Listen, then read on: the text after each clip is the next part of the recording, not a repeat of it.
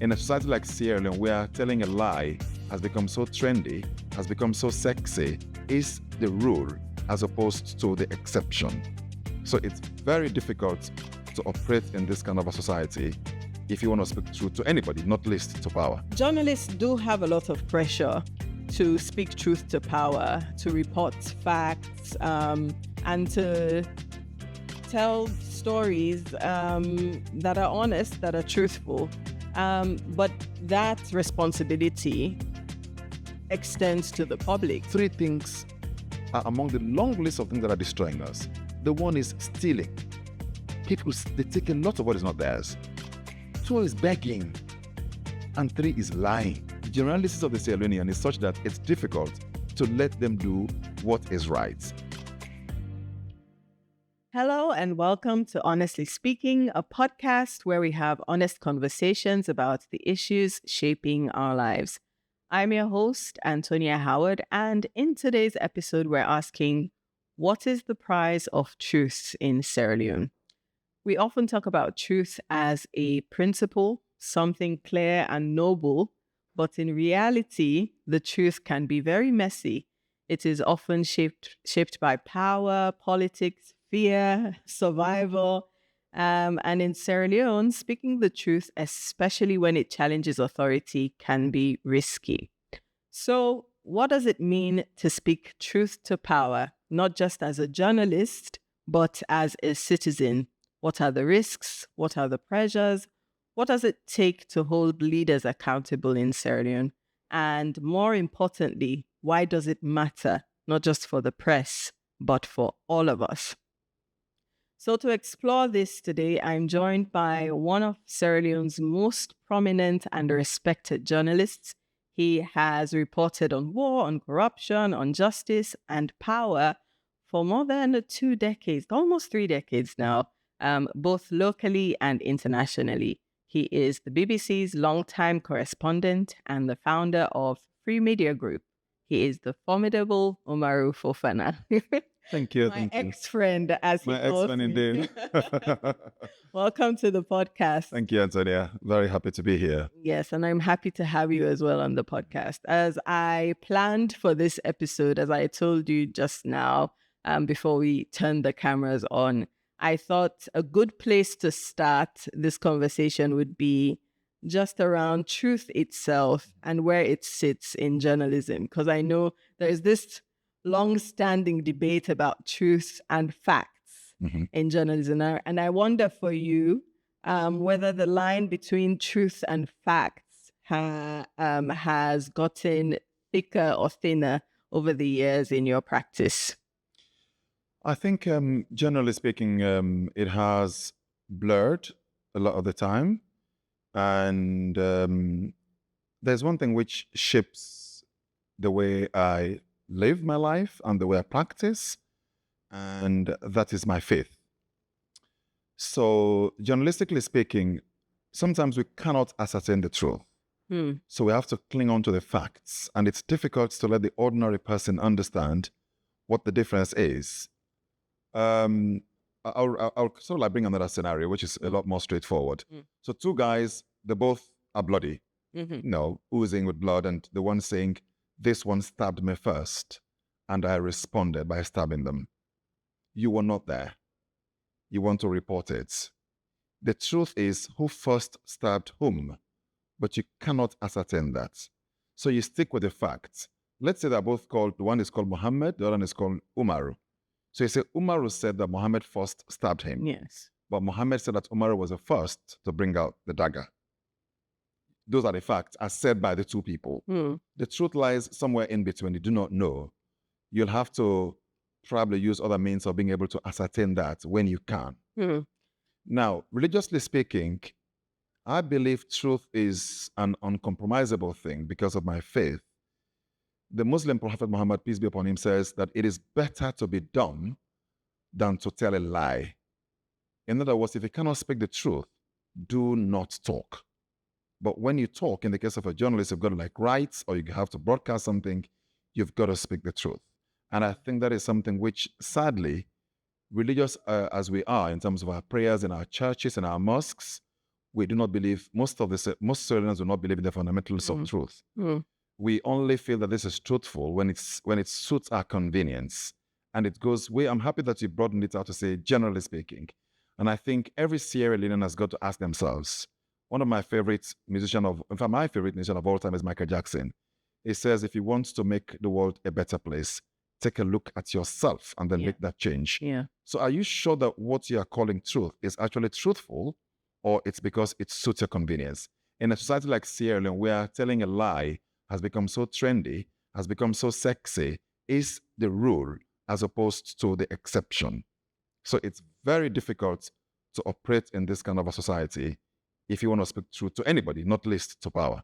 Yeah, and I think about that in this era, in fact, outside of Sierra Leone, just generally in the world, in this era of misinformation, disinformation, the era of, fake news, social media, you name it. And I wonder whether that has made you more cautious about the way you frame your stories regarding truth, regarding what is truthful and what is factual. How do you navigate that currently? Well, it's an interesting question because it comes in the background of people even questioning whether, with the advent of social media, there's any need for journalism. And I believe that exactly because of the advent of social media, we need journalism now more than at any time before. That is because somebody has got the power of their phone to just push out anything they feel like, and they create either a parody account or a pseudonym. You can't get to know who they are, and then they keep pushing this thing out. And they are not gatekeepers. They are not there with the public expecting them to put out what is factual or what is truthful. Rather, what suits their convenience. To the point that I have to be a lot more cautious now, because there was a US ambassador who said, Umaru, I've been here for a few years. I believe that everybody in Sierra Leone can afford to get it wrong, but not you. And I think it comes with pressure. Do I push it out before getting 100% certainty? Or do I push it out because somebody else has? Obviously, the answer is, hey, I've got to go by the former. Cross-check all the facts before I put it out. So it's put a lot of pressure on me. But again, if I get it wrong, because social media exists, I can be called out very easily. Right. So it's a lot of pressure. And I think the pressure comes from both angles, probably from even multiple angles. So we cling on to the fact that we are journalists. We are trained to do it in a certain way, whilst others are just the netizens, those who are citizens on the internet, can afford to do it anyhow. So I've got to be it's brought a lot of pressure on me, both because I can be called out if I get it wrong, but also because they look up to me to be able to decipher what has been on social media. All right. Let's talk about that pressure a little bit. What does it mean to you to speak truth to power here in Sierra Leone? Sometimes when you report on stories, we all see the backlash on social media sometimes. So how do you navigate that? With my conscience. So I sort of do not pay heed to that at all, so long as my conscience is clear and I know where those part in the pressure are coming from. I sort of just tend to shrug it all off. And one classic instance in recent times, I've gone through this for forever, so to speak. I've been in journalism for almost 3 decades. I'll be 30 years next year as a journalist. At the highest level, and it comes with a price. But that was initially, it was before the advent of social media. In fact, it was before the advent of real use of technology. I would have to go to Slate to call BBC on a reverse charge call, and then they would decline the call because it's pretty expensive. And I would dash to the office to sit by my old telephone box and wait for their call, which would be cheaper for them. So going to the very Slate and faxing, I couldn't send a voice report. I could at some point send a fax message, which the BBC would have to voice out. So fast forward now with mobile phone technology, and with WhatsApp and all those voice messaging apps, how much things have changed. So with that has come a lot and lots of pressure. But then I have always reminded myself that, is this what is right? You know, the Rotarians have a philosophy. If it is truthful, if it is good, you just have to do it.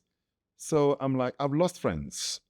I've lost friends because I've chosen to stand by the truth as opposed to standing by my friends when they were not on the side of the truth. And I've received death threats. I've received threats to rape my wife. I've received threats to kidnap my children. It couldn't be any worse. I've been shot in the leg, tortured. They lit polyethylene plastic bag and dropped the burning flames on my back. They urinated in my mouth and forced me to swallow the urine. So I've been through all of this. Sometimes I sit down and say, can anything really genuinely scare me now? The answer is yes. You know, now I don't feel the pressure of physical attacks, but I feel the pressure of trolling. People go on social media, they fabricate stories about you, they try to smear you, and then your children are grown up enough to read the contents of what is being pushed out. So that brings its own pressure altogether. Yeah. So things have changed for good and for bad. My job now is a lot more convenient, a lot much easier, because, you know, I'll just take my phone and file my report, film and edit the video and do stuff. Yeah. You know, but I think it's a reflection of our broader society. The society does not seem to respect the truth.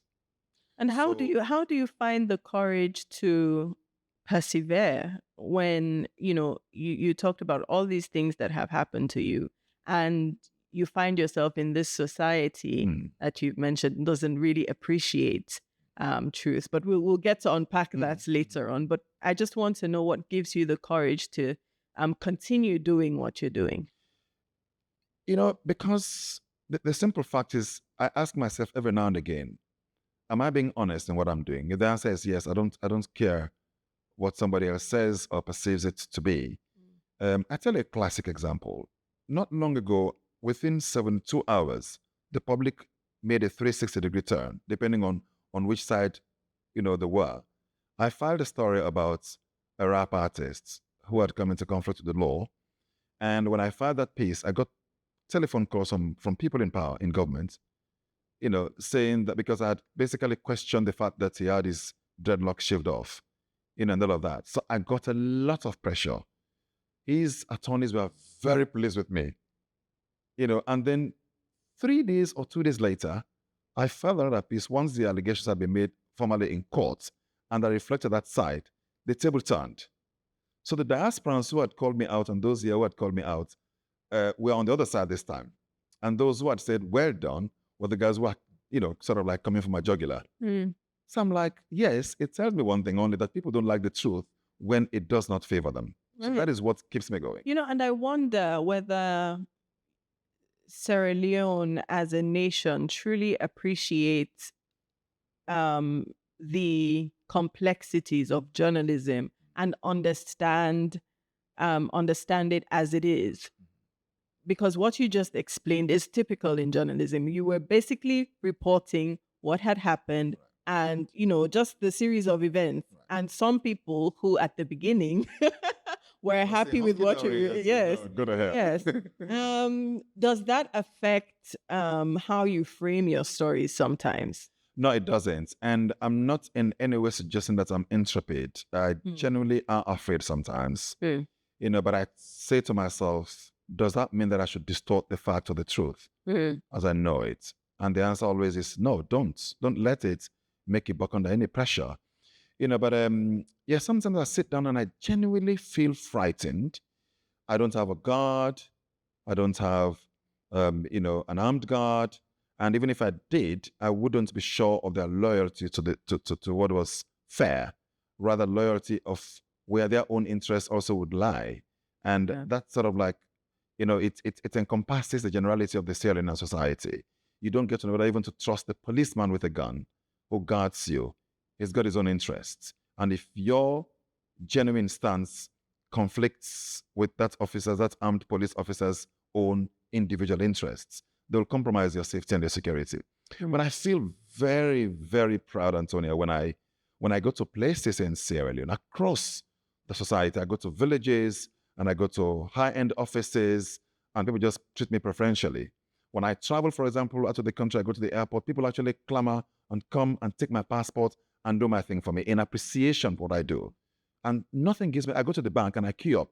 Somebody who probably doesn't know my face and just hears me on the phone and says, Umaru, please jump the queue. I mean, it's so heartwarming. I've got problems and I go to public offices, I go to private offices, and people really fall over each other to, more or less respond to my needs. And nothing pleases me like that. And nothing suggests to me that the majority of Sierra Leoneans appreciate what I do more than those who don't. And sometimes we pay a lot of attention to social media. You've got like the same 1,000 people causing all the noise, being vitriolic, being vicious. And then you feel that there are millions. They are not. You've got the millions out there who appreciate you for what you do.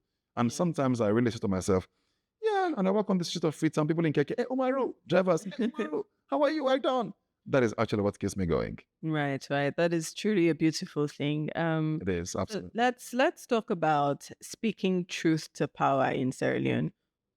When we're speaking truth to power in Sierra Leone, when you are speaking truth to power in Sierra Leone, what does that really mean? Do you have any instances or stories that, you truly knew in your heart that would, this would cause trouble?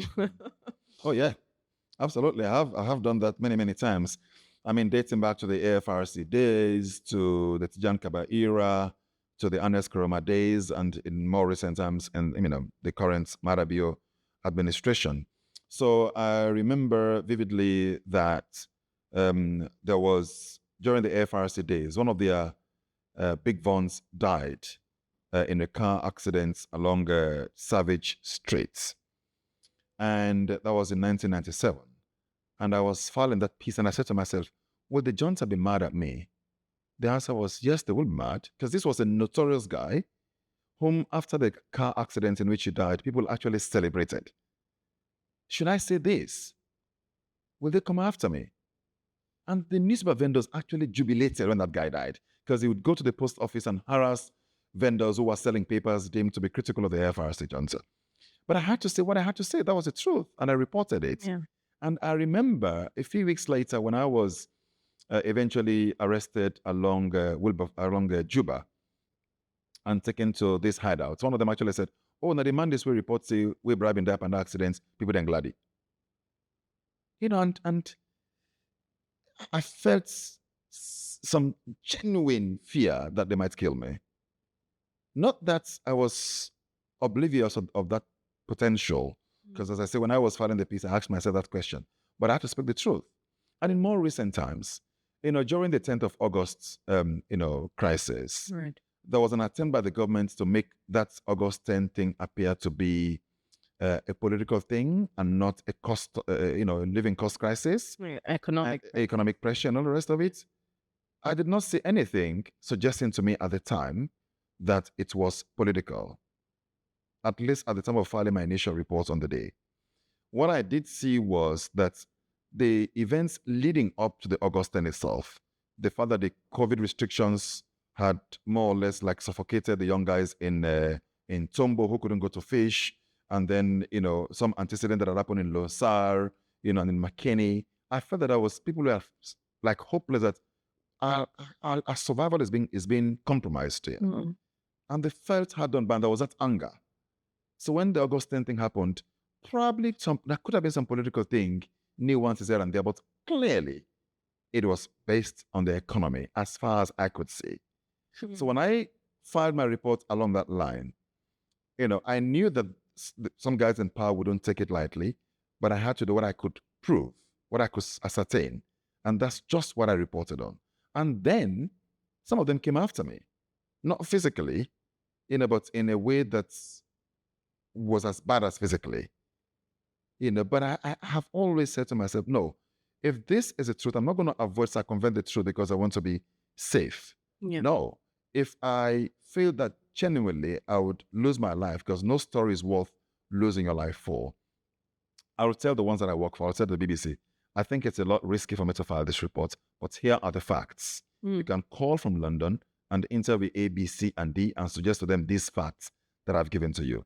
So in that case, my voice doesn't go out. So understood. But because I feel that it's generally media literacy is very scanty, not just amongst those who are not educated. Even among the educated, their knowledge of the way the media operates is very low.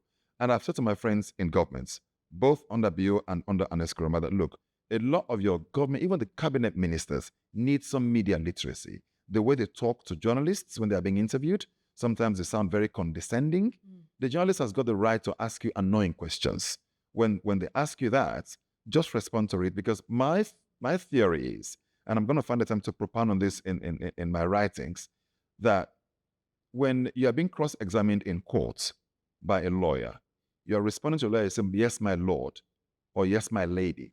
That is because you're addressing the judge through the lawyer. Yeah. So the respect you should accord the judge is what you're according the lawyer. Invariably, when you are talking to a journalist, you are talking to the public. So the respect that as a political person, as a public official, the respect that you should accord the public is what you should accord that journalist. If you sound condescending to the journalist, you are sounding condescending to the public. And in countries where there is a lot of media literacy, the public can come back at the public official that you sounded rude, not to the journalist, to me listening or watching or reading. I mean, that has happened so many times in Sierra Leone. I worked in the media, as you know, for almost 8 years in mainstream journalism. And the way government officials sometimes come in, it's really, really unprofessional, to say the least. To say the least. But journalists do have a lot of pressure to speak truth to power, to report facts, and to tell stories that are honest, that are truthful. But that responsibility extends to the public. The responsibility to speak truth to power, to ask the right questions, doesn't lie solely on journalists. But I want to ask what you think are the factors that make truth somewhat of a commodity in Sierra Leone. Maybe specifically in journalism. What are some of those things? Well, generally speaking, I would say that people have boxed themselves into the various corners. Not many Sierra Leoneans these days do not have an affinity, be it politics, politicians, business, corporate interests. So I know for a certain that many years ago, a mobile phone operator in Sierra Leone had fallen foul of the law in terms of their tax obligations. And in my newspaper office, obviously that was not a BBC story. Mm-hmm. So in my newspaper office, we are working on this story. And we accorded, as we are obliged to do, that right to this mobile company to respond. They were not interested in responding to our questions. Rather, they were interested in ensuring that we did not publish the story. Mm. Apparently, they had stopped every other media outlet from reporting on the story. So, and I've got a very good friend in that working for that company, and they just said, "I'm sorry, you cannot stop us from publishing. We cannot not publish the story. We have to publish the story." The tax authority saying that you owe them this amount of, which is huge. It's a public interest thing. That's how the government manages to build hospitals or pay salaries and all the rest of it. We cannot compromise on this. I'm sorry. We're according you the right to respond. In the end, they chose not to respond. In the end, we chose to publish the story regardless, and say that they chose not to respond to it. And also, there was a big mining company in Sierra Leone many years ago, and I was doing a story that had been a real human rights violation around their concession area. So I went there to do this story, and then I spoke to the victims and I spoke to the community people, and I called one or two of them working for the company. They said, "Okay, let's meet in McKinney." This was beyond McKinney. I came back to McKinney, spent the night there, which meant that I had to spend a day longer than BBC had approved. So I got back to them and said, "Okay, stay another night and get their side." Just for them to meet me that night to say, "We're actually here to let you not report the story." And I'm like, "I'm sorry, I cannot not report this. I just have to report this story." So I gave them another 72 hours. They chose not to respond. And I filed my piece stating that they were given X amount of time. They chose not to respond. Now, in the end, a friend of mine working for the company said, "Oh, the only person with a good point in this country among the journalists and I had that will get a list of stuff." I'm like, I do not care, to be honest. And that is not because I get plenty money past the other one. Then it's just because I have to do what I have to do. So the society itself doesn't believe in truth-telling. And that is a problem, broadening it out, as you say. Journalists, we are not allowed to give our opinions for most of the time. Now, if those who should give their opinions through us choose not to give honest opinions, then it's difficult for us to speak truth to power. It's improved in the last few years with the IGR, Institute of Governance Reforms, who are doing a lot of studies, a lot of research, and they're giving us some of the facts that we can reference. Before then, you could barely get facts without you using the figments of imagination. In the West, as you know, there are think tanks that publish articles, reports, with journalists. Studies. Studies, and journalists would call on them to come and expatiate on their findings.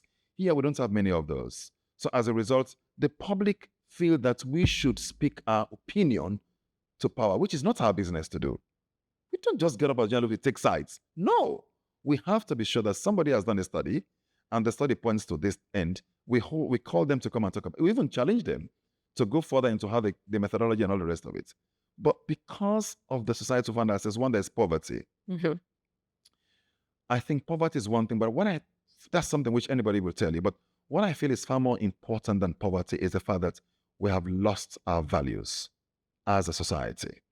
There is dignity even in poverty. You can afford to say that I may not have money, but I'm going to turn down that bribe to speak the truth. I may not have my meal assured for tomorrow, but I think I'm just going to say what I feel is right to this journalist who's coming to interview me. But the society has, even the religious leaders, and the morals of our society have largely been compromised. These days, you see imams and pastors presiding over fake weddings. They know these weddings are fake, they get given money, and they preside over them as if it is true.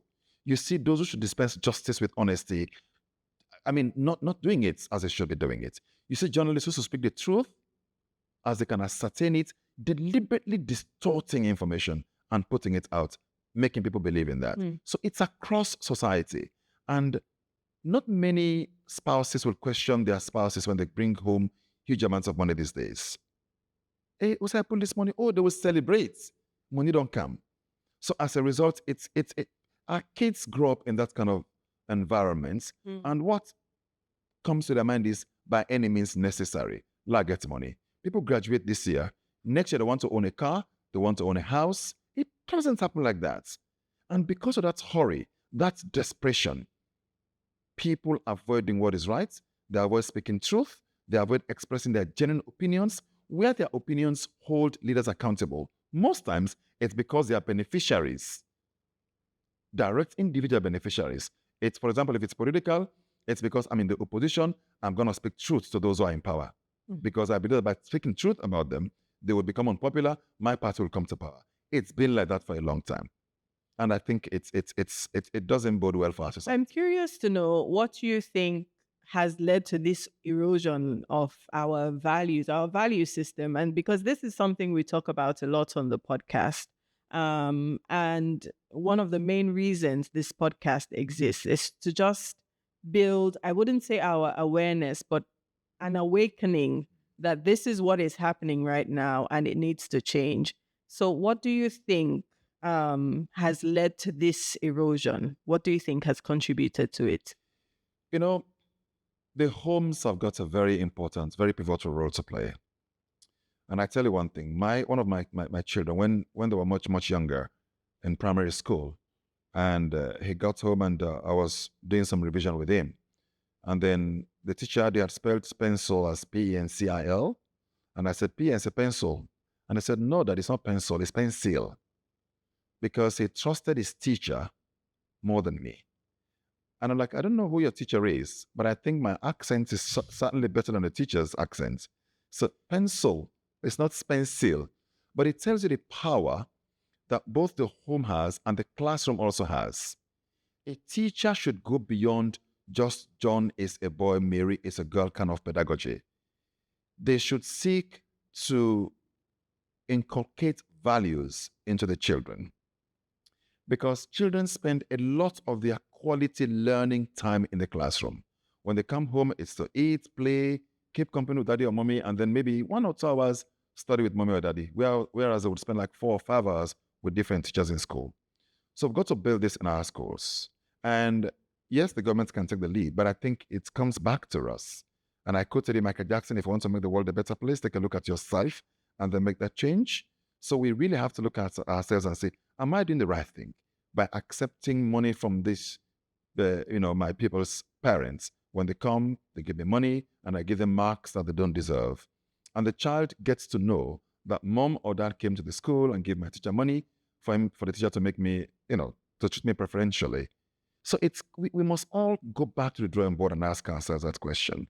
That is this right in our homes? Is this right in our school? If it is not right, we must seek to change it. There's power in the classroom. There's power in the home. And they should be brought to bear. 3 factors. I read some child psychologists writing so many years ago. One was saying that every child is born innocent. Society makes them guilty. The other one is arguing that no, every child is born guilty. Society makes them innocent. So either way, they agree on one thing, that society changes a child. It does have a role to play. Yeah. So as a result, whatever happens, teach your child those values. They'll grow up with them. If you teach them negative things, sadly, they'll get that inculcated and they'll behave wrongly. And that is what corrupts society. I attended a funeral once in the US and I met some Sierra Leoneans. One was saying, Papa, we don't poil. Now picking in the team we now. The one, he had gone to Washington, D.C. and parked his car. He wanted to avoid paying into the parking meter. And the daughter, 9 years old, said, Daddy, if you don't pay, I will call the police. Yeah. He thought the daughter was joking. The daughter was joking. She actually called the police, but the dad was quick enough to pay. And then he said, oh, sorry, that's a wrong number. I'm sorry for calling. The dad paid. And the other one said, Mimi Pikinaya, my phone rang. I owed someone. I said to my child, please respond. Tell them I'm not here. And the child says, sorry, Daddy, I'm not going to tell a lie. I will tell them you do not want to talk to them.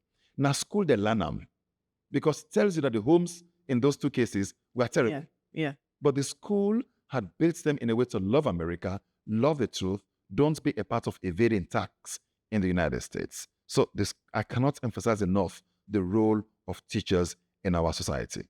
Yeah, that's really interesting because the episode I just recorded before this one is with a teacher trainer who came from the US and is really just training teachers. Her specialty is for children with special needs, but just generally training teachers and educators how to approach children and why they should go beyond just teaching what is in textbooks, because teachers create good communities. Teachers have a huge role to play in creating good communities. I want us to shift a little bit to what's happening in Sierra Leone currently and just speaking truth to power. We talk about freedom of expression in Sierra Leone. And just like journalism, I think there is, I wouldn't say a misunderstanding, but people do not fully grasp what it means to freely express yourself within the law. And I would just like to hear your opinion. Do we truly have freedom of expression in Sierra Leone? What do you think? What are our limits? What do you think currently as Sierra Leone exists today? Well, we do have certain freedom of expression, but I think there are limitations as well. Some of them are as enshrined in our laws, and some of them are as arbitrarily enforced by law enforcement agencies. We don't have the amendment that Americans have to speak whatever truth they feel like speaking. You're asking the question at a time when the UNESCO, for example, when UNESCO was founded as a UN specialized agency, America did not like the fact that there was talk about responsibility. They felt that would inhibit the exercise of your right to free speech. So they said that there should be no such thing in the charter, so it would not inhibit people's freedom to express themselves around the world. Now, when you exercise that freedom to express yourself, I think you should always ask yourself, am I tarnishing somebody's image here unfairly? Am I lying? Am I speaking the truth? your answers will determine whether you should go ahead expressing that. I have said before that I may disagree with somebody's right to express themselves, but I will die in defense of their right to express that opinion, which does not mean that we should incite people, which does not mean that we should be hateful in the way we express ourselves. But determining what is insightful and what is hateful is where the trouble is. Because often, if it is political in nature, the tendency is that those in political authority would seek to use or influence the law enforcement, particularly the police, to clamp down on the person. When, as a matter of fact, if that person expresses that similar sentiment against somebody else, they wouldn't be called in. So that, I think, is where our problem is. And which is why I say it is both legal in writing that there are certain things we cannot say, but it is also, enforced in a way that does not necessarily confine or boil down to the reality of protecting the letter and the spirit of the law. So if we appreciate the fact that that does exist, then we can talk about the fact that our freedoms to express ourselves are limited. And I think we should make it cardinal that as long as I have not said anything which has a proclivity of breeding violence or inciting people, nobody should call me in for that. And I've said if I was president, I've seen presidents of this country many times influence the police to call in people for things that I would just have dismissed. I don't know if it's because of my media literacy, if it's because of my belief in the fact that people should express themselves freely, or whatever the reason is. Sometimes people have been calling, I've said, these are no reasons why somebody should be calling. And the ministers, some ministers have done that as well, unnecessarily. And I've spoken to some of my friends in authority that, look, the fact that you are asking this person to be called in, or you are influencing the calling in of that person, makes it worse for you. Just let it pass. If it is wrong against you, truth is like oil. No matter how much water you pour on it, it will still float. So let the truth manifest itself. But again, whoever is exercising that right to express themselves must bear in mind that that person has a family, that person has an integrity. If this is not true, let me not say it. So it's on both sides. People are not educated enough or honest enough to not tell lies. Our society now, unfortunately, 3 things are among the long list of things that are destroying us. The one is stealing. People, they take a lot of what is not theirs. 2 is begging. And 3 is lying. And this is so despicable. It's not going to move us anywhere. Even if I have Obama here as president, I can assure you, but the fact that maybe Jesus and Muhammad have some divine power, they would come and lead us today, they will still be in trouble. Because the generalities of the Sierra Leonean is such that it's difficult to let them do what is right. So much so that they hold the leaders, hostage, or they blackmail the leaders. Some things government does that are right, the government would ask itself many times, should I do it? If I do it, will there be a political backlash? That's what they ask themselves. They do not ask themselves whether it's going to be the right thing to do. And that is because of the way the public reacts to certain things. Not because what has been done is wrong, but because what they don't do and not let come. Do you think, you feel citizens, Sierra Leoneans, do we really understand the power we have as citizens? Because I feel like often when we talk about power, and even in this episode, I'm really conscious that when I'm talking about power, when we talk about power generally, we see it as this thing that is far away from us, that only exists in government, in governance, among presidents, cabinet ministers and all of that. Do you think the citizenship really understands power as it truly is, and understands that citizens do have power? Sometimes, in some cases, they have much more power than any sitting government. Yeah, sadly, I believe that people believe that they themselves do have power, but I think they only believe that the power they have is to vote, which is a very powerful power, but it's not all the power that they have. And as a result, there's a concomitant effect on the way the government itself perceives the power that it has. I think government believes that it has far more power than it actually has or should have. And that is because of the vacuum that exists amongst people in terms of the power that they have. So as a result, government sees us not as citizens, but as voters. Voters. And there's a fundamental difference. And the sooner government sees us more as citizens and voters, then they will start to do what is right.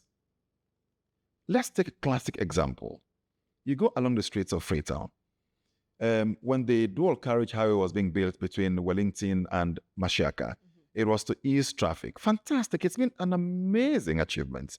If you go back to the statistics, accident numbers have dwindled between Freetown and Waterloo compared to what they were before. Now, but we've clogged up Dewey Junction, which more or less defeats the opening up of the artery into and out of Freetown. Now, government will want to remove all those guys there. The question is, how the person go react? They go vote for we or they not go vote for we? Then that sort of like keeps them in abeyance. We're not going to move in on them because they will be angry, they'll not vote for us. And I've said, come on, if you do what is right, regardless of those that it affects, who are actually doing wrong, the majority of others that you do not realize will end up clapping for you and even voting for you than those that feel hard done by the fact that you've done what is right. I mean, I'm observing, I don't know if you've noticed, there's some clearing going on. Absolutely. Absolutely. And then you ask yourself, going on, but the public now is not even telling the government kudos. You know? They are denouncing the government. Right. Either because of political reasons or because of patronage. I would say this is a time for us to say, okay, good job being done. We understand that those who have been removed have to fend for themselves. But because you are poor does not mean that you should steal food. It's not justification. So because you don't have a market does not mean that you have to clog the artery, through which traffic should flow freely. So I can assure you, remove those areas. These days you're walking along the streets of Freetown, you don't even know where to walk. You don't know where to walk because where you should walk, either the slabs are all broken, in which case you can't walk there, or two, where the slabs still exist, there are hawkers, there are traders there who've taken over the entire place. Yeah. You compete with the cars on the narrow streets. Yeah. You go to, there's a place called, in Waterloo, Benguma Junction or Lorry Park, whatever it's called. It's so congested, which again, if you're living somewhere, want to use that route to come into Freetown, you're going to spend a whole lot of time there that you shouldn't be spending there. So the question is, why hasn't government moved in to clear up the place and probably build a market further in? Waterloo is the only way into and out of Freetown. Look at what happens on the highway in Waterloo. The question is, why have successive governments refused or failed to take action in that area? They fear the voters' backlash, even when it will be the right thing to do. Push them further into the place and then get them a market there to let them go and sell there, not to come and clog up the streets. So that is the problem we are faced with as a nation. I think this example is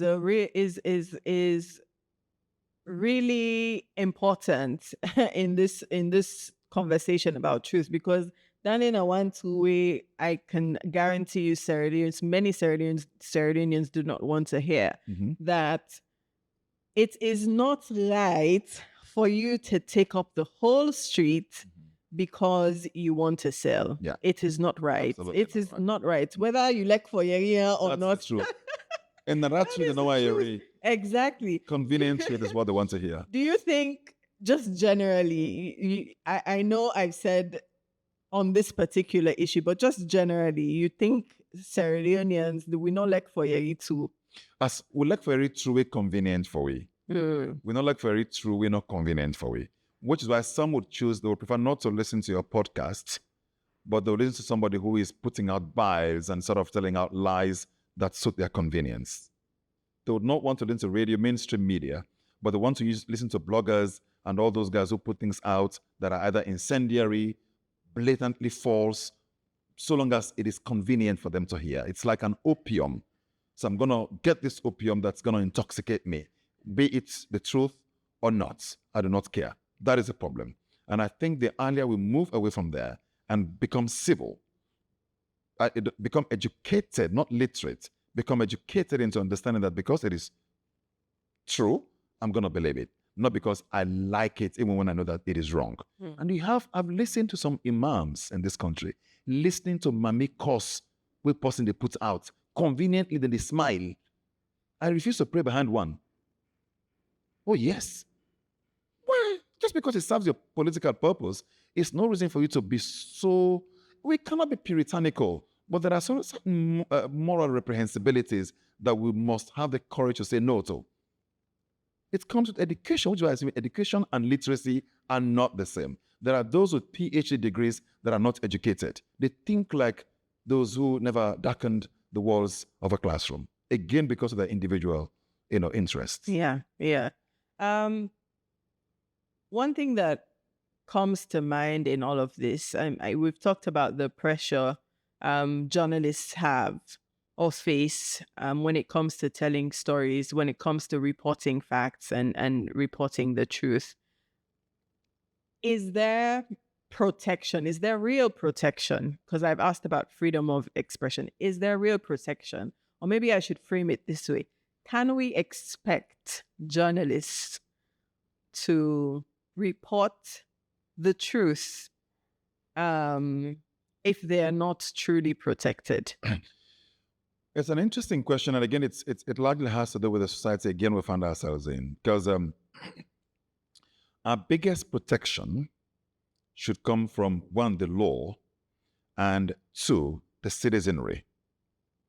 We have seen corrupt politicians arrested in this country, leading to thousands of people pouring out on the streets in their defense. We've seen journalists arrested in this country, nobody expressing outrage from the public. So misplacement of priority. So if we have that citizenry, that populace backing us because we've spoken the truth, not the truth that is convenient to them, the truth that is just a fact, that's just a truth to say, then we feel that is our biggest armor. The law, we have not broken any law, but then the law is established by the letter of it and the spirit of it. Mm-hmm. Sadly, here, people don't pay regard to the spirit of laws. They just go by the letters. And sometimes if you go by the spirit, you'll understand why this was worded in this way. And as a result, you will not tend to interpret it as you tend to do. But because we lack that public support, we are in trouble. And sometimes it seriously inhibits the way we practice our profession. So I would expect the public to say, I think, see, this person and me support to pan this election, for example. But I think what that journalists say, not true. So therefore, I'm going to come out and distance myself from my political interest in to support the journalists' expression of truth and facts. Many years ago, Gaddafi came to this country, and they gave him an honorary membership of parliament. And I remember it was on New Year's Day, they reconvened parliaments, awarded him. Mm-hmm. And then fast forward later on, Gaddafi was in trouble. And then somebody said in parliament that they never awarded Gaddafi membership of the country's parliament. And I went down to my archives and I pulled up the speaker asking this question to the MPs. All those in favor of making Muammar Gaddafi honorary member of parliament say A. They say A. All those against say nay. No nay. And I played that audio on the BBC challenging the speaker who had denied what was undeniable. And then there was some talk in parliament that I should be carpeted, which I actually looked forward to. But I think somebody with some brain said, don't bring him here. It will look terrible. But I was surprised that the public, members of the public themselves did not come out to tell that body of parliamentarians that you guys... Do you think it's because of fear? Because, I often say we're afraid too much. I don't know if it's in the episode previously we talked about trauma. I don't know if it's a traumatic effect of the war, and we sometimes maybe we think everything would lead to a war. Like if people come out and protest and really stand up in the face of injustice, it would lead to something that is uncontrollable. Do you think it's because of fear? Maybe, but I'm not. I don't quite think so. I think again, sadly, it's cultural. In my cultural background, in my family, when they are praying for you, they will always offer on prayer, let God thank you, government trouble. Yes. You understand? Let God make good sorry for you, let God give heaven, let God thank you, government trouble. There will always be that line.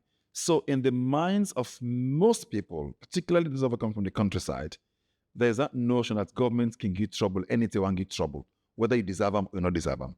So there's a government overreach, yes, and then the people believe in that government overreach. So once you're in power, you can do anything you feel like doing, which is why I said earlier that those in power feel that they have far more power than they do have, and the citizens do not appreciate how much power they also have. It doesn't have to be revolutionary. It can be evolutionary. These days, there are many ways to express our disdain without necessarily being troublesome. It brings me back to the Public Order Act. And I think that in the review of our country's constitution, we should make it very clear, because there's a provision in the Public Order Act which says that for you to protest on the streets, you should notify not seek permission. Not seek permission from them. But that has over the years been interpreted to mean seek permission from the police. No, the reason they wanted you to notify the police is to be able to control traffic. So your protest will not bring the city to a standstill. So they will come and say, use that route, use this route, use that route. So normal life can still go on. But that has been grossly abused in the last 3 decades that I've been a journalist for. And nobody has gone to court to seek clarification. Is it the right way that this thing is being enforced? If so, then should we amend it? Otherwise I should be able to say, I'm coming to stand up here that I'll come and protest peacefully against a certain law that is enforced or something that is happening. I can assure you we'll protect ourselves. As journalists once wanted to protest because the country's highest court had violated the country's constitution. We had nowhere else to go. We thought the only way to do was to go on the streets and let the public understand that these guys have messed up. So if we mess up and violate our laws, they have no moral high ground to hold us accountable. Because the law in Sierra Leone clearly says, the Constitution says, any court in this country is obliged to give a ruling on any matter within 90 days after the final arguments have been made in court. People know there are many matters before the courts in this country over which final arguments were long made and no rulings. Yeah. They wouldn't allow us. So I believe that we should make our laws good. And whenever you're in power, I said this when Madabio was doing an amazingly fantastic thing by signing the repeal of the criminal and seditious libel law. I said to him that whenever you're in power, that is when you should pass the best laws that will protect those who are not in power. For when you leave power, those laws will be there to protect you. One biggest beneficiary who comes to mind is Julius Spencer. When he was information minister, he pushed through the Independent Media Commission Act, which removed from the hands of the president and the minister, his delegated minister of information, to issue or withdraw license for radio and newspapers and all the rest of it, and delegated that to the Independent Media Commission. Fast forward a few years later, Spencer was no longer a minister. He had his own radio station. I.B. Kabo was Minister of Information. They wanted to clamp down on that radio. And I went on radio and said, Mr. I.B. Kabo, you don't have any such power. So a law that Julius Spencer passed to remove power from himself when he had back power was the law that came to protect him when he no longer had the power. That's what he should do when he's in power. Right. Do you think Sierra Leoneans see truth as a collective responsibility, or they can just say left there one day, let them go they talk no more? If that is the case, what can we do then to build this collective responsibility? So I was joking with a friend that if I was running for president today, my mantra would be reset. Reset. Anything that would come after reset will be equal opportunity for every Sierra Leonean. And I say reset because we all are guilty of what is going on in our country. Nobody has the moral high ground to say, I am not a part of it. If you, either by your action or inaction, you are a part of our problem. So we need a reset. And again, I was telling somebody that if I was President Bio, when he came to power, I would have established I would have drawn the line. All those in class 1, you are the new generation. I'm going to start my free education with you. Those ahead of you can continue wherever they are, but you will be the new generation, and all those coming after you will provide all those in class 1 with all the things that they need. The new breed of teachers, reorientation, reset, and move with them to class 2 up to university. That would be the way, and will engage parents that you also have the responsibility to help goad your child at home. We have the children in school, in the classroom. You have them at home. Let us appreciate this fact. If you feel that a minister has stolen your money, a permanent secretary or any other civil servant has stolen your money that should go towards furnishing your children's school, classroom, or providing medication for the dispensary at the hospital, then let us tell ourselves that this is not right. Let your child grow up with that reorientation that I must never allow stealing of public funds or destruction of public property. Let's start off somewhere. For some of us who have been in this grotesque behavior, we are unsalvageable.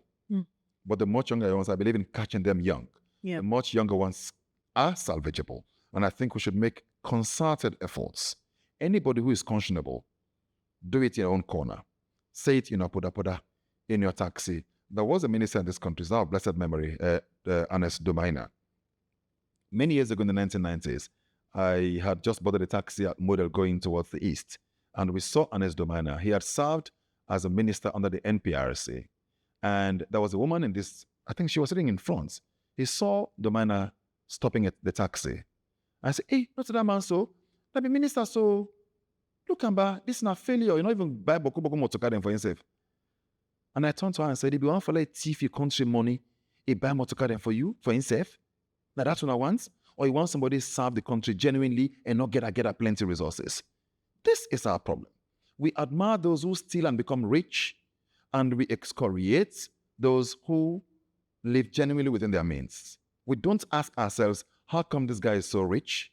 We just marvel at the fact that the person is rich. We've got to change that mentality and begin to raise our children in ways that make them content-minded, that in ways that make them have integrity, and in ways that make them really work hard and genuinely to achieve whatever they want to achieve. Yeah, because children, I usually say children are sponges. They soak up everything around them. Absolutely. So when you begin see you they go bribe the teacher, you they go bribe head teacher for promote to the next class. They obviously know that there is a means. Exactly. Other than studying hard. Some kids took to the streets some 7 or 8 years ago protesting that the government had tightened the screws on exams, that they were no longer allowed to spy, quote unquote. So exam malpractice, as far as they were concerned, is a fundamental right that the government had denied them of. Like, seriously? And there were some parents complaining as well. Why? The effort is like thieves. The effort thieves apply to steal at night. If they apply that same effort in doing something legitimate, they'll get a lot more genuinely and at less a risk. Invariably, the effort some parents put into, making their children have access to leakages and all the rest of it, if they put that same effort into the kids studying and bringing in teachers for them, they would even score higher marks. Right. Genuinely too. Right, genuinely, right. I'm really disappointed. Absolutely. Absolutely. But for you, what would a truth-driven society look like in Sierra Leone? What would it look like in schools, in homes, in government offices? Yeah, everywhere and anywhere. And Sweden passed the Freedom of Information Law in the 1600s. That's when Sweden passed that law. So Sweden is the most trusting nation in the world. Because for centuries, citizens have had that right in Sweden to seek information from the authorities and get it. We struggled here, centuries later. And the government would not give us that law until America asked them to give it to us in the fight to get the MCC, qualification. That's when the government eventually agreed then to pass the FOI. Not because we deserved, information. So I would say that the government itself should be genuine in dishing out information, and citizens should also be willing to point out when a government official has told a lie. In public relations, as I'm sure you know, the biggest thing in civilized societies, your quickest way to becoming completely useless is by telling falsehood. The moment you know that what you said was a lie, you have lost your job. Here, sadly, the more lies you tell, the more you get the clap for you. Yes. You understand? So as a result, you ask yourself, should I tell the truth and be booed at, or should I speak falsehood and be applauded? So I think it should come from all across, but we can only do it realistically if in our homes and in our schools we do that. The children will grow up by holding people accountable. No, I'm not going to pay you a dime. This is my entitlement. You have to do it. That's why you're here.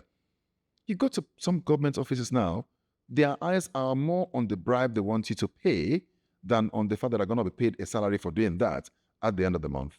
Sadly, it's not new. Sadly, it's not getting better. Sadly, unfortunately, it seems there's no light at the end of the tunnel for that to change. It's an entirety thing. It's not President Bio, it's not the minister or permanent secretary only. It's all across. Ordinary civil servants down there. Have you asked yourself, when, what's his name now, Elon Musk and the Doge thing were established, when Doge was established and Elon Musk put in charge, I'm like, okay, the guy might be going overboard, but the fact of the matter is, give yourself a situation report every day. What have I done for my office today since I came here? Why should I be paid? People go to offices the whole week or the whole month. They can't point to anything that they did for that office in that month. And they feel comfortable nevertheless. Anybody with a conscience paid. Anybody with a conscience would even feel embarrassed that I'm going to be paid for what I do not deserve. Yeah. So let's begin in our homes and in our schools. Right. Before we go, what would you say to young journalists now, or maybe just generally to every Sierra Leonean who wants to speak out, who wants to uphold the truth, but maybe feels afraid? You know, if you're a journalist or an aspiring journalist and you look at Lamarana Ba and feel that because of what he's going through, I'm not going to stand for the truth because of the pressure he's come under, to the point that his radio station is struggling to hit the airwaves despite the initial approval by the regulatory body to let him broadcast, I will tell you that that should embolden you. And also realize that I have gone through worse than Lamarana Ba has gone through, but I've just refused to be broken. I once applied for a radio station funded by the Open Society, money to hire staff, money to do everything. And I was never allowed to have that radio hit the airwaves. The IMC, the Independent Media Commission guys, were very happy that my colleague Isaac Masako and I were going to have, like, that's going to be the model radio in Sierra Leone. But for some reason, NATCOM wouldn't give us a frequency. So if that notwithstanding, they only denied us to own a radio station. They did not deny me to do my job as a journalist and do what I should do. So if you're aspiring to become a journalist, don't flinch. Be determined. Don't come into this job to blackmail. We've got a lot of blackmailers around now using media, mainstream and social media. Do not come into this profession if that's what you're seeking to do. Julius Spencer said many, many years ago, I partly agree and partly disagree with him that if you want for get money, not be journalists. Don't come to into journalism to become a rich man. I hold that view as well. You understand? Don't come to be a rich man. That notwithstanding, you can still be comfortable. Do it right. Do it diligently. Don't come into this job and say, I want to buy a motorcar. It took me more than 10 years of practice to own a very old Mazda 323 car, a third-hand one, in fact. That's how long it took me. So you cannot come into the job today, in 2-3 years, want to own a car. I would even say not for any other profession. It's just not realistic. I was just going to say, just generally. Just generally speaking. You can't be a lawyer today. Tomorrow you see that lawyer, we don't take past 40 years, get a Land Cruiser. You want to own a Range Rover as well. It doesn't happen like that. Be content-minded. Work very hard. If you work very hard with integrity in this profession, you never know who is noticing you where that will come to benefit you in future. When I started off journalism as a print journalist, and then later on I did both print and radio, I was shocked that some people came into this country looking out for broadcasters to go and set up a radio station for the OSI, and wherever they went, somebody said to them, there's a guy called Umaru Fofana, I don't know where he is, look out for him.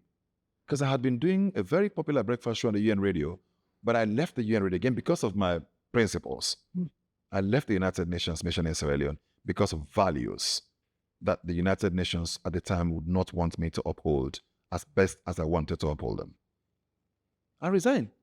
So when I was resigning in the UN, you are required to go back and sign out at every department where they had given you either a phone or a VHF radio or whatever they had given to you, which is a UN asset. You would go and sign out and give back.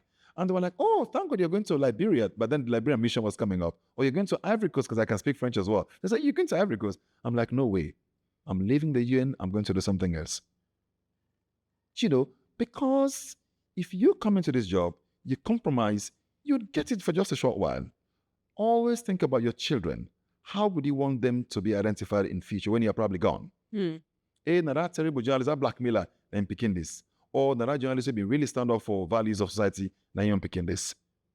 And I think every other professional should have this in mind. And the reason why I believe that particularly for us we should is because the nature of our job and the ethos of this whole conversation centers around the issue of truth-telling. We must uphold that value and ensure that not for any consideration should we compromise it. Not because we want to get rich quick, not because we fear reprisals. We have to stand by what is right. It's in our nature, which is why if journalists not able to talk English or you're not able to write English, they go, look, journalists, you're not able to write English, you're not able to talk English because of the nature of what we do. Yeah. What we do is in the public glare. So if you speak bad English, they will easily see it because you're speaking to the public. Invariably, if you write it, they will see it. Lawyers in a courthouse who speak bad English don't get noticed by the public because that doesn't go out to the public. Teachers in the four corners of their classrooms don't get noticed when they speak bad English because we're in the public. So that is why we should really be careful, what we do as journalists because of the nature of what we do. And like I say jokingly, but I think I believe it, because our profession will be the only one that God will need in heaven. God will not need doctors. Nobody's going to fall sick in heaven. He won't need lawyers. There will be no crime. He won't need police. There will be no crime, no soldiers because there will be no war. He won't need even the pastors and the imams because there will be no souls in heaven to save anymore. Yeah. But he will need us to transmit his message to the people. So we really always have to have this in mind, to be sure that we don't come into this profession for our selfish interests. We come into it because we believe in it, we are passionate about it. I have turned down ministerial appointments in this country for the last 25 years because I believe in what I do is a lot better than being a minister or being an ambassador. So don't come into it as a stepping stone to be appointed. Yeah. And I believe that when I get tired of doing this, maybe if I want to serve public office, I'll run and I'm sure I'll win. Well, congratulations in advance.